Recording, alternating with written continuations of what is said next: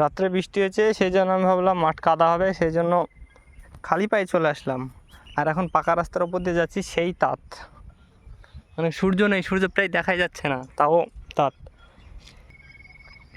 ভুঁই নিড়ানি দিয়ে তারপর সাহার দিয়েছে, পাটের অবস্থা দেখো একদম সেই সেই বাড়ন্ত।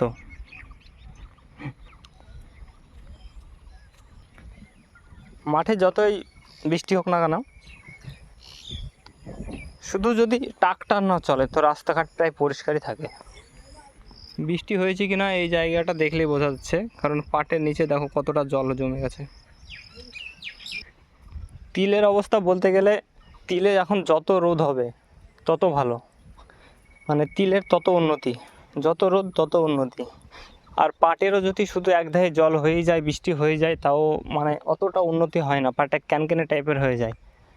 আর যদি মানে রোদ হচ্ছে, একদিন রোদ একদিন পানি, এভাবে যদি হয় একদিন রোদ একদিন বৃষ্টি, তাহলে পাটের সঙ্গে তখন আর কোনো ফসল পারবে না, তখন পাটেরও সেই উন্নতি। আর এখন দুপুর প্রায় 11টা, তো রোদের অতটা টেম্পার নেই, আকাশে মেঘ আছে। এই যে বৃষ্টি হয়েছে রাস্তাঘাটে তার প্রমাণ দেখা যাচ্ছে। মাঠে যেইগুলো বালি জমি আছে সেইগুলো নয় কাদা হবে না, কিন্তু যেই জমিগুলো একদম এঁটেল মাটি সেই জমিগুলো না কাদা হবে। এখন সাইকেল নিয়ে আসা যাবে, কিন্তু খুব অসুবিধা হবে। এই যে রাস্তাতে দেখো পুরো পানি আর কাদা, এই যে সাইড দিয়ে যেতে হচ্ছে। এটা যা হলো, এই যে সামনে কাটটাতে আরও অসুবিধা। এই যে রাস্তার অবস্থা, তো গ্রামেগঞ্জে রাস্তাঘাট এরকম হওয়াটাই স্বাভাবিক, যেহেতু এইগুলো পিচ ঢালাই কোনো কিছুই দেওয়া থাকে না, আর তার উপরে ট্রাক্টর গাড়ি সব কিছু চলে। এই পাট যেমন হয়েছে একদম সেই পাট, আর বৃষ্টিতেও দেখো একদম গোড়াতে জল জমিয়ে দিয়েছে। এগুলো একটু নিচু জমির পাট, সেই জন্য জল জমে গেছে। আল্লাহর রহমতে এবার পাট সবারই ভালোই আছে। এইসব পাটের ভি মোটামুটি ঘাস আছে, দেখতে পাচ্ছ। পাটের ভিড় থেকে আর একটু হালকা হবে, এখনও নিড়ানো হয়নি। এই যে এই ভুঁইটা যেরকম আছে হালকা হালকা, এই ভুঁইটা সেই রকম নেই। এইটা হচ্ছে আমার পাটের জমি। আলহামদুলিল্লাহ পাট অনেকটাই ভালো আছে এই বছর, মানে অন্যান্য বছরের করতে। এক চরুষে নেই, কিন্তু তাতেও সমস্যা নেই, পাট আল্লাহর রহমতে অনেকটাই ভালো আছে। আর এটা আমাদের শরিকের জমি, আমাদের চাচাদের, ওনাদেরও পাট আলহামদুলিল্লাহ ভালোই আছেন আমার করতে। আমার এই ভুঁইটা প্রায় মানে ঘাস সব কেটে নেওয়া হয়েছে, কিছু জায়গা আছে এখন বৃষ্টি হয়েছে অনেকটা কাদা হয়ে আছে। তা আজকে তো আর কিছু হলো না, কালকে দেখা যাবে, যদি রাতের মধ্যে বৃষ্টি না হয় তো কালকে এসে নিড়ানো যাবে। আজ বৃহস্পতিবার, কাল শুক্রবার। এই জায়গাটাতে পাট অনেকটাই ঘন ছিল, সেই জন্যে মানে পাটগুলো অতটা উর্বরভাবে উঠতে পারেনি কো। আর ওইদিকে পাট মানে একটু হালকা হালকা ছিল, সেই জন্য ওই দিকটা অনেকটাই উঠে গেছে। আর এই দিকটাতে কি বলবো, একদম পাটের উপর পাট ছিল, তখন পাটগুলো সব টেনে নেওয়া হয়েছে। এখন দেখা যাক কতটা উর্বর হয়। এই জায়গাটা একটু আগে নিড়ানো হয়েছে, সেই জন্য এই জায়গাটার পাট একটু বেশি উন্নতি করেছে। আর এই দিকে তো কয়দিন হলো নিড়ানো, এখন পাটের ভিতরে সার দিয়ে দিতে হবে, তাহলে আরও ভালো হয়ে যাবে। এই জমিটার পাট অনেকটাই ভালো আছে। এই যে সাইডকার জমি যেটা দেখতে পাচ্ছ, পাট মানে একদম কি বলবো, একদম সেই পাট। তো এই পাটটাতে একবারও নিড়ান দেওয়া হয়নি কো, অনেকটাই ঘন হয়ে আছে, ঘাস সেরকম নেই, শুধু পাট টানতে হবে। আমারও এই যে এই জমিটা আমার, তো এই জমিটাতেও তাই, একবারও নিড়ান দেওয়া হয়নি কো, পাট দেখছে সেই পাট। আলহামদুলিল্লাহ পাট অনেকটাই ভালো আছে। এটা তো তাই ঘাস অতটা নেই, শুধু পাট টানতে হবে। যে আমার জমি আর এই যে পাশের একটা জমি, এই জমিটা একদিন আগে পাটবো না, আর এই জমিটা একদিন পরে পাটবো না, তাও এই জমিটার পাট অনেকটাই ভালো আছে, অনেকটাই উন্নত আছে। কারণ আমাদের যে জমিটা, এই জমিটাতে না দেওয়া হয়েছে আর তখন পর্যন্ত কোনো নিড়ান, না দেওয়া হয়েছে কোনো সার, কিন্তু এই জমিটাতে নিড়ান দেওয়া হয়ে গেছে দুবার, প্লাস সার দেওয়া হয়ে গেছে, সেই জন্য এই জমিটার পাট দেখো একদম এক চরুষ, আর একদম কি বলবো সেই উন্নতি করেছে। এই যে পাট অনেকটাই বিজি বিজি হয়ে আছে, সেই জন্য পাটের কোনো উন্নতিই নেই। তো পাট প্রায় আধাত পরপর যদি 5 ইঞ্চি 6 ইঞ্চি পরপর থাকে, তো সেই পাটগুলো অনেক তাড়াতাড়ি উন্নত করে। আর যদি পাট যদি তোমার একদম গায়ের সঙ্গে গা ঘেঁষে থাকে, তাহলে সেই পাট অতটা উন্নতি করে না। কি বলবো, ঘাস রেখেছে কোথায়, দেখো ঘাস কোথায় রেখেছে।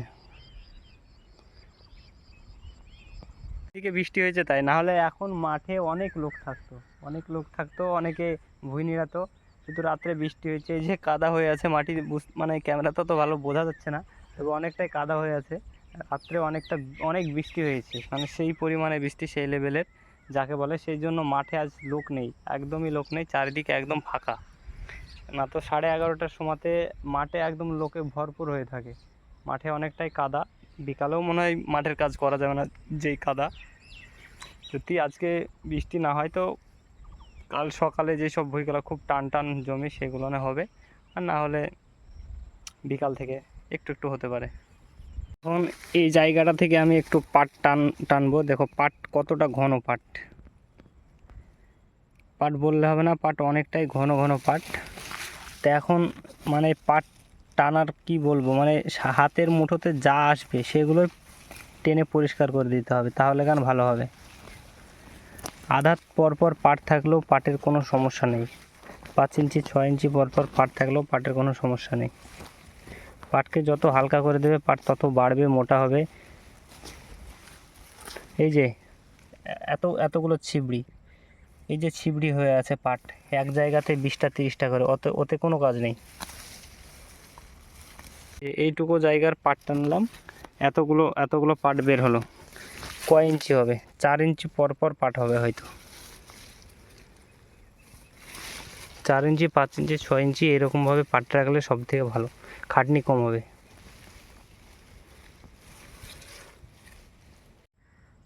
ডাঁড়ার সাপ গাছে উঠছে পাখির ডিম খাওয়ার জন্য। তো এখন মাঠে ঘাটে যারা যাবেন, সে ডাঁড়া শোক আর খড়ি শোক একটু সাবধানে থাকবেন, মানে দেখে ভয়ও লাগতে পারে, বুঝতে পারছেন। ওই যে সাপ, পাখিরা সব কিচিরমিচির করতে লেগেছে, জুম করলে মানে ভালো বোঝা যাবে না।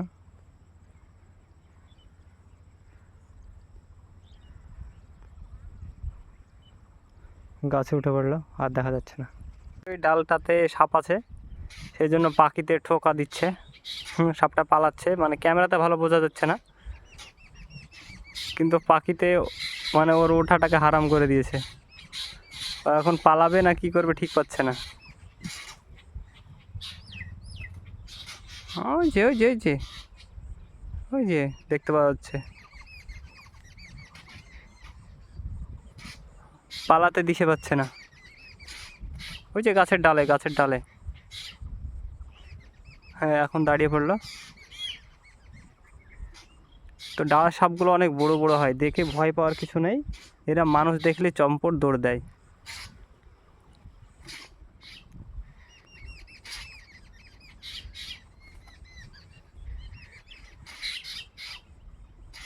এরা গাছে উঠতে খুব ভালো পারে।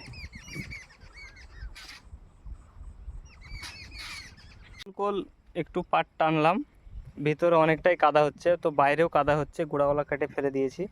তো প্রায় 1 পাঞ্জা মতন হবে, এই নিয়ে এখন বাড়ি যেতে হবে, কিছু করার নেই। তো এখন দুপুরের বেলাতে গরমটাও একটু পড়ছে সকালকার তুলনায় অনেকটাই বেশি। আর কোল দিয়ে মোটামুটি যা হলো, আবার দেখা যাবে একটু শুকাক বইটা। 1 পাঞ্জা ঘাস নিয়ে বাড়ি যাচ্ছি, কিছু করার নেই, অনেকটাই গরম পড়ছে। এই যে মাথায় ঘাস মাত্র 1 পাঞ্জা। দুপুরবেলাতে এসেছি শুধু বইটা দেখার জন্য কেমন অবস্থাতে আছে। তো যা অবস্থা দেখলাম, আজকে তো ভুঁইয়ের মানে ঢোকাই যাবে না, কালকেও ঢোকা যাবে কিনা ঠিক নেই। আর একটা কথা বলার আপনাদের সবাইকে, আমার চ্যানেলে বর্তমানে এখন 101টা সাবস্ক্রাইবার আছে। তো আপনারা যারা ভিডিও দেখছেন, প্লিজ সাবস্ক্রাইবটা করে দিন। আমার টার্গেট 100K, মানে 1 লাখ, মানে 1 লাখটা আমার অনেকটাই স্বপ্ন, এই স্বপ্নটা আপনারাই পূরণ করতে পারেন, প্লিজ দয়া করে দেন। মাঠে ঘাটে ভুঁই লেড়ানোর সময় পাটের ভুঁই সবাই নিড়ান দিচ্ছে। তো এখন মানে একটা জিনিস ব্যতিক্রম হয়ে যেতে পারে, সেটা হলো যে এই যে এই যে হাত কাটা লোক কাটা, মানে দাউলিতে একটু ধান মানে একটু ঠেকে গেলেই জাস্ট কেটে যাবে, কারণ দাউলি এখন ধরো সবারই দাউলিতে সেই ধার, সব লোহা ইস্পাতের তৈরি দাউলি। তো কারো যদি ছুটখাট কেটে যায় তো সেই অবস্থায় কি করবে, রক্ত বেরোচ্ছে, রক্ত বন্ধ করতে পারছো না। এই যে এই গাছটা দেখতে পাচ্ছ, এই গাছটার মাথাটা এইভাবে ছিঁড়বে, বাস এই যে সাদা দেখো এক এক প্রকার আঠা বের হচ্ছে, এই আঠাটা ওই কাটার জায়গাতে মানে দিয়ে দেবে, ওই যে জায়গাটা একটু কেটে গেছে রক্ত বদ্ধ হচ্ছে না ওইখানে দিয়ে দেবে। গাছটা ভালো করে চিনে রাখো, এই যে গাছ। তা আমাদের মাঠে ঘাটে মানে হাত কাটবে না এমন বলার জো নেই, মানে কাটতেই পারে, যখন তখন যেখানে সেখানে কেটে যেতে পারে। তো এই গাছটা যদি সামনে দেখতে পাও, বিশেষ করে পাটের সময়, অন্য টাইমেও হয় কিন্তু পাটের টাইমে বেশি হয় ঘাসের মধ্যে। তো এই ঘাসের মাথাটা একটু করে ছিঁড়ে ওই যে জায়গা দিয়ে রক্ত বের হচ্ছে সেখানে লাগিয়ে দেবে। আমারও তাই অনেকটাই রক্ত বের হচ্ছিলো, তো আমার মনে হলো যে ভিডিওটা বানিয়ে সবাইকে বলার দরকার, কারণ এখন প্রায় গ্রামের যেসব ছেলেরা আছে, যেসব লোকজন আছে, তারা মাঠে প্রায় অনেকজনই কাজ করে। তো এই গাছটা যদি চিনে রাখো তাহলে তোমাদের সুবিধা হবে। এই যে সাদা আঠা বের হচ্ছে, এতে কোনো ক্ষতি নেই, জাস্ট তোমার রক্ত যেটা বের হবে সেটা আটকে দেবে, মানে একটু পরে আটকে দেবে। একটু ভালো করে ওই জায়গাটা মাটি টাটি থাকলে মুছে দেবে, মুছে বাস লাগিয়ে দেবে, দেখবে ততক্ষণাৎ 1 মিনিটও সময় নেবে না, 30 সেকেন্ডের মধ্যে তোমার রক্তটা বন্ধ হয়ে যাবে।